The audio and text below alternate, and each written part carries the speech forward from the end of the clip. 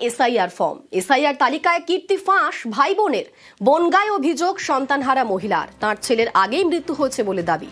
প্রতিবেশী ভাই বোনের বিরুদ্ধে অভিযোগ ফর্মে ভুল তথ্যের অভিযোগ খারিজ প্রতিবেশী। ক্ষতি দেখে ব্যবস্থার আশ্বাস মহকুমা শাসকের। আমি অভিযোগ করেছি, আমার নাম ভুলি বিশ্বাস, আমার ছেলের নাম অনুপ বিশ্বাস, আমার মায়ের নাম মমতা বিশ্বাস, কিন্তু এই দুটো আমার ছেলে না। এই চম্পা বিশ্বাস আমার মেয়ে না। আমার ভোটার লিস্ট নিয়ে ভোট করেছে, আমার ছেলের নাম অনুপ বিশ্বাস, সেটাও করেছে।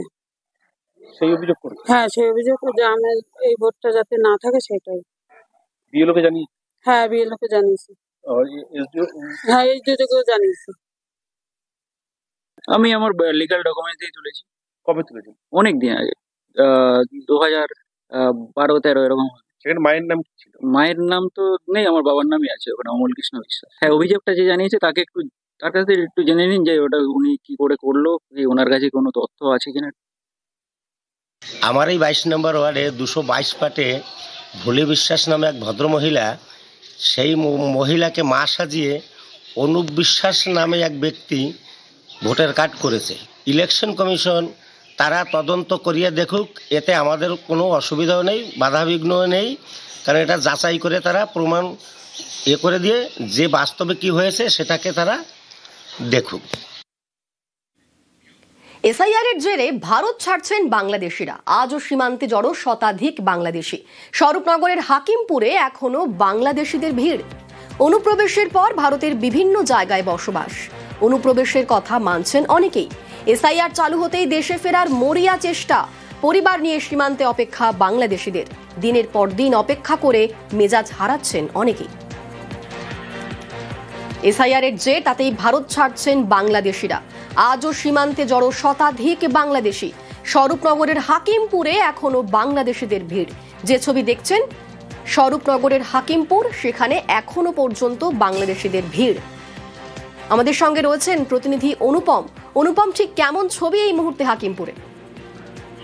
দেখো, হাকিমপুরে অন্যদিনের মতন আজও বাংলাদেশি যেসব অনুপ্রবেশকারীরা ভারতে ছিল তারা আজও হাকিমপুরের যে সীমান্ত সেই চেকপোস্টের সামনে এসে তারা ভিড় করেছে। বিএসএফ এর অনুমতির নির্দেশের অপেক্ষায় যে কখনো বিএসএফ নির্দেশ দেবে তখনই তারা বাংলাদেশে পার হয়ে যাবেন। যদিও অন্যান্য দিনের তুলনায় আজকে সেই বাংলাদেশি অনুপ্রবেশকারীদের সংখ্যাটা অনেকটাই কম, কিন্তু তারা এখনো কিন্তু বসে রয়েছে। কেউ 2 দিন, কেউ 3 দিন এরকম ভাবে তারা বসে রয়েছে এই ঠান্ডার মধ্যে।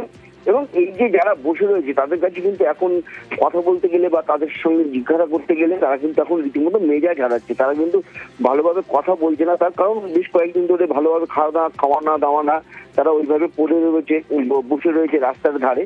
যে কারণে কিন্তু তারা একদিকে যেমন শারীরিক কষ্টও পাচ্ছে, অন্যদিকে মেজাজও হারাচ্ছে।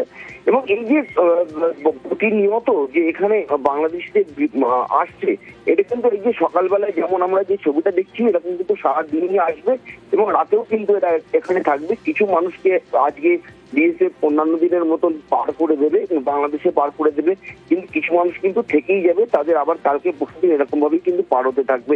যেমনটা এতদিন ধরে চলছে তেমনই কিন্তু আজকের ছবিটা একই রকম। বেশ, ধন্যবাদ অনুপম। বাংলাদেশের কোথায় বাড়ি? সাতক্ষীরা জেলায়। কোথায় থাকতেন? ডানকুনি। এখানে কিভাবে এসেছিলেন? চুরাই পথে এসেছিলাম। কত টাকা খরচ হয়েছিল? 10,000। কোনো কাগজ বানাননি? না, কিছু বানাইনি। কতদিন এসেছেন? আব্বা মানে আমি 1.5 বছর মতো এসেছি। পালাচ্ছেন কেন? এসিআরের জন্য ঝামেলা হচ্ছে, এসিআরের জন্য এখানে বাংলাদেশের লোককে থাকতে দেবে না, তার জন্য চলে যাচ্ছি। ভোট দিয়েছিলেন একবারও? না। News flash